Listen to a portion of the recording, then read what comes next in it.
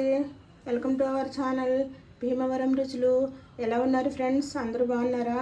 మేమైతే చాలా బాగున్నామండి. మీరు కూడా బాగుండాలని మనస్ఫూర్తిగా కోరుకుంటున్నాను. ఈరోజు అండి రెసిపీ వచ్చి ఇదిగో మటన్ అండి.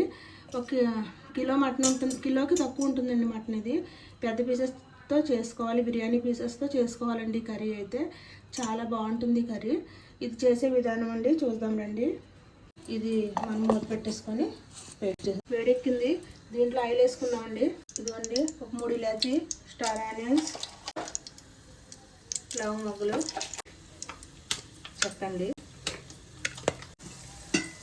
ఇవి ఫ్రై అవుతున్నాయి కదా. ఇప్పుడు ఉల్లిపాయలు అండి. ఒక ఉల్లిపాయ కోసాను. ఇదిగోండి పచ్చిమిర్చి 4 వేసాను.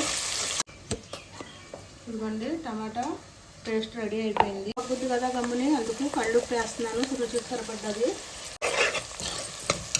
చిన్న టమాటా ముక్కండి వేసాను దీంట్లో. మళ్ళీ అల్లం వెల్లుల్లి పేస్ట్, ఇదిగోండి కొత్తిమీర,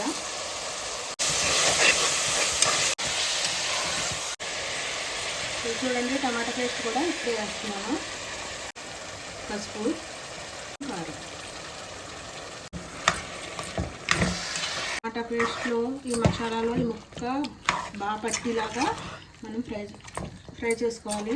ఇప్పుడు దీనికి మూత పెడదాం. విజిల్ కాదు, మామూలుగా మూత పెట్టి ఒక 10 నిమిషాలు మగ్గాక చూపిస్తాను.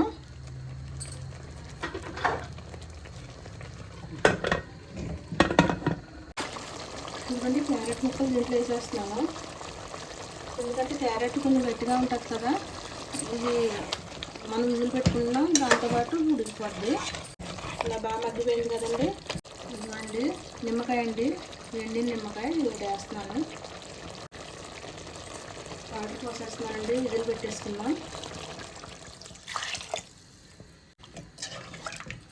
ఇది కూర టైప్ ఉండదండి, పులుసు టైప్ ఉంటుంది. చాలా బాగుంటుంది కూర అయితే. చిన్నపిల్లలకు కూడా ఈ కూర బంగాళదుంప, బెండకాయ అన్నీ వేసి వండుతున్నాం కాబట్టి చిన్నపిల్లలకు కూడా పెడితే చాలా బాగుంటుందండి కర్రీ. మంచి ఆరోగ్యంగా ఉంటుంది పిల్లలకు కూడా. ఇదిగోండి మూత పెట్టేస్తున్నాను.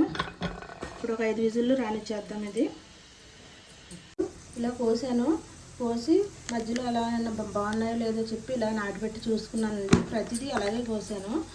ఇప్పుడు దీంట్లో కొద్దిగా సాల్ట్ యాడ్ చేసుకుందాం. ఆ తర్వాత లైట్గా పసుపు మొత్తం ఒకసారి కట్ చేసుకొని ఇది డీప్ ఫ్రై చేసుకోవాలండి. నూనె పెట్టాను పొయ్యి మీద. నూనె వేడెక్కింది, వేస్తున్నాను. ఇది బాగా వేడెక్కితేనండి నూనె ఈ మగ్గవు, అందుకు లైట్గా వేడెక్కాక నూనె వేసాను. దీంట్లో మనం లైట్గా ఫ్రై చేసుకుందాం. బెండకాయ డైరెక్ట్గా వేయకూడదండి, డైరెక్ట్గా వేస్తే జిగురు వస్తుంది. దాని మూలాన్ని కొంచెం లైట్గా మనం ఉప్పు పసుపు వేసుకొని ఫ్రై చేసుకుంటే మంచి టేస్ట్ వస్తుందండి. జిగురు అయితే రాదు. ఇంకా ఇదిగోండి వేసుకొని తీసేస్తాను. లైట్గా వేసుకోవాలి, బ్రౌన్ కలర్ రాకూడదు, గ్రీన్గానే ఉండాలి. ఇది వెళ్ళిపోయింది. ఇదిగో తీస్తున్నాను మూత. చూసారు కదా ఉడికిపోయింది. అది మటన్ అయితే ఉడికిపోయిందండి. వెలిగిస్తున్నాను మళ్ళీ. ఇది టమాటా పేస్ట్ వేసుకుంటే ఈ కర్రీ ఎర్రగా ఉంటుందండి, బాగుంటుంది. ఇదిగో ఇప్పుడు దీంట్లో బంగాళదుంపల ముక్కలు వేసేస్తున్నాను. ధనియాల పొడి వేస్తున్నాను. కసూరి మేతి, కొంచెం పెప్పర్ వేస్తున్నానండి. ఇంకా కలిపేసి ఒక 2 విజిల్లు రానిచ్చేసుకుందాం. ఇది గమ్మునైపోద్ది, బంగాళదుంప ఉడికిపోద్ది. ఫుల్ ఫ్లేమ్ మీదే ఉందండి. ఇది 2 విజిల్లు రానిచ్చేద్దాం. అదండి 2 విజిల్లు రానిచ్చాను. బంగాళదుంపలు వేసి ఉడికిపోయింది. బంగాళదుంప ఉడికిపోయిందండి. ఇప్పుడు దీంట్లో ఈ బెండకాయలు వేసేస్తున్నాను. ఇది కొంచెం లాంగ్ ప్రాసెస్ అండి, స్కిప్ చేయకుండా చూడండి. చూస్తేనే వీడియో అర్థమవుతుంది.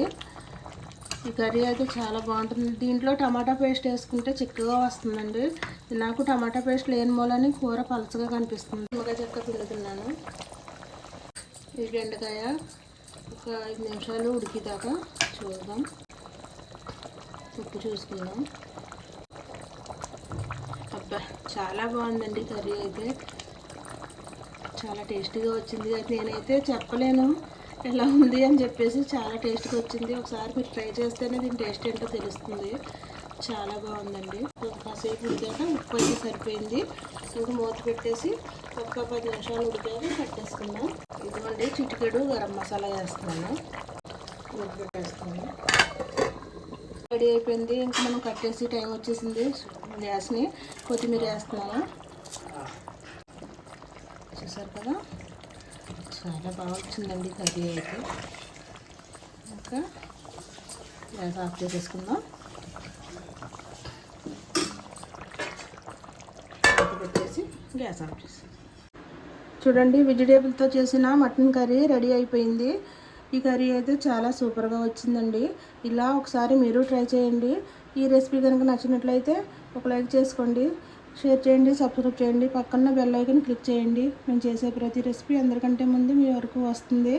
మరిన్ని మంచి రెసిపీలతోనండి మళ్ళీ కలుద్దామండి.